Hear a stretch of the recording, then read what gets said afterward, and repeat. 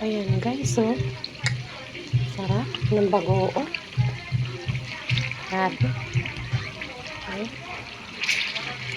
Hindi ito maalat guys kasi dami niyang kamatis tsaka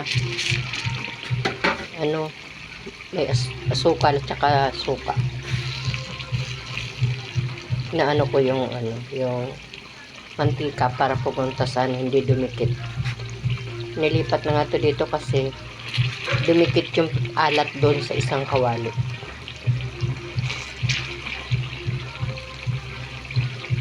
Sarap. Akong lalamas ko to guys sa kanin. Maulam ko na yan nung araw. Ganyan talaga. Ang dami kasing taba. Mantika ito nung taba.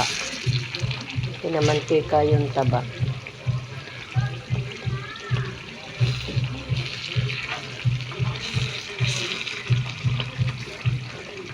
Ito na yan.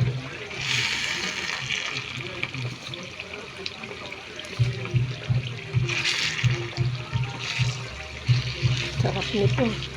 Tipid-tipid nito. Sarap to lagay sa suka. Tapos, sausawan ba? Lalagyan mo konting bago. Sarap.